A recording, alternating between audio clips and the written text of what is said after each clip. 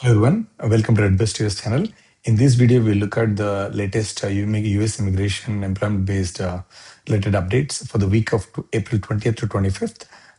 So this is what we'll look at in this video, primarily on the new H1B visa bill that was introduced, chances of it passing, and the USCIS press release on H1B fraud that was done, other things about visa slots updates and what is currently going on.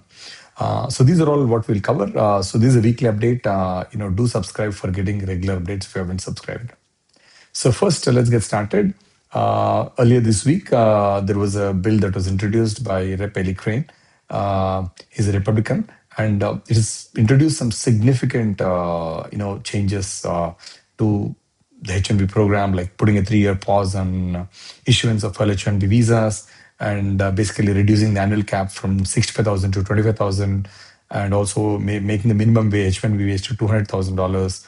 No multiple H1B jobs, and also no third-party staffing. Also, they need to certify that there is no qualified American, and you can't get dependents. You end of OPT programs for F1 student, and you cannot change to green card from H1B. And federal agencies can't sponsor non-immigrants, right? And once and there is no also a lot of change of status. So these are like significant changes, and we have done a detailed video on this and all of these things. So you can watch that. But all in all, I think the biggest takeaway is that this is just one of those bills that is introduced to get attention, right? So the reality check of this bill is basically, in general, there are about anywhere from 10,000 to 20,000 bills in between. Last year, I think 15,000. So we talk in more detail in the other one, right? In the other video, so you can watch that video.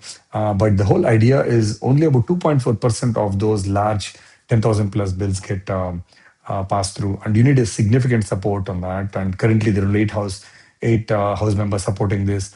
There are no Democratic sponsors. There is no companion bill in the Senate, and so all of these are all the red flags, right? So the odds of this passing are literally zero.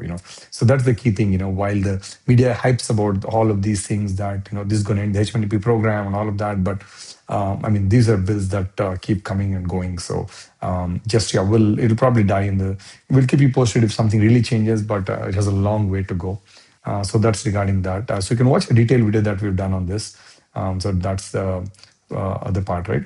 Now, USCIS also released a press note, highlighting the H1B fraud, and where two pleaded guilty for that. So on April 23rd, they released a press release where they basically said about two of them, both are Indian origin residents of California.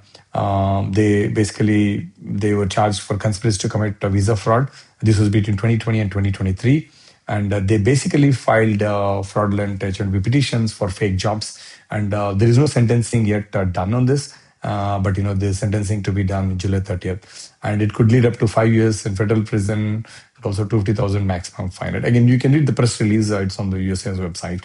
But how the whole thing worked is this is how the whole thing worked.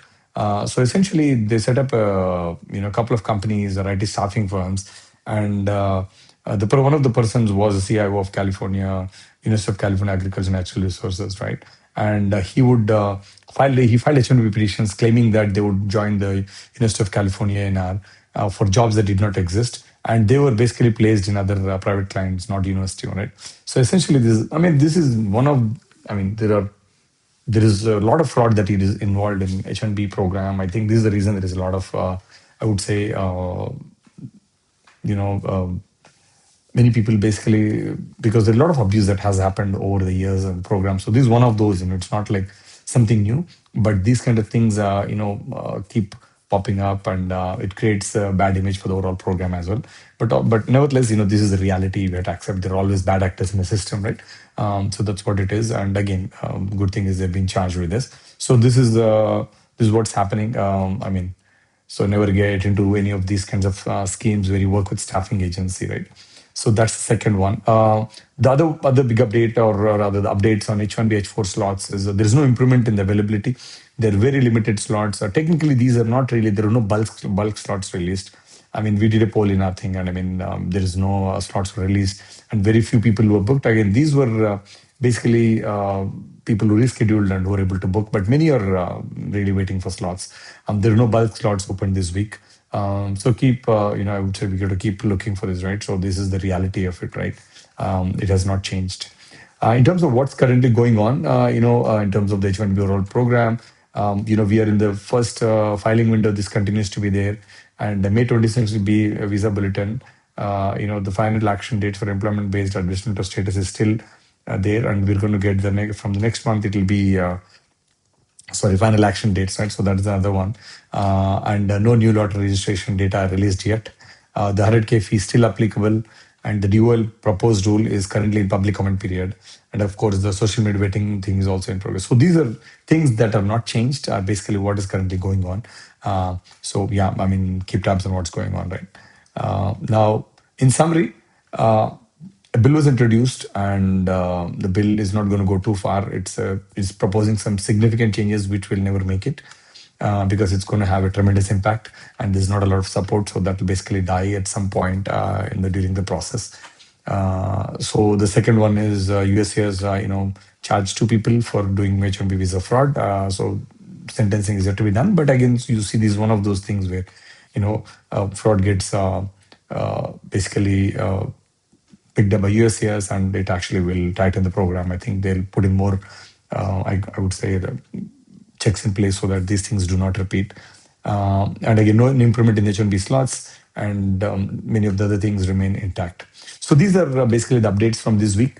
Do subscribe for our channel to get regular updates on the H1B program and employment-based green cards and all sorts of things. And thank you for watching. Check back next week. Bye.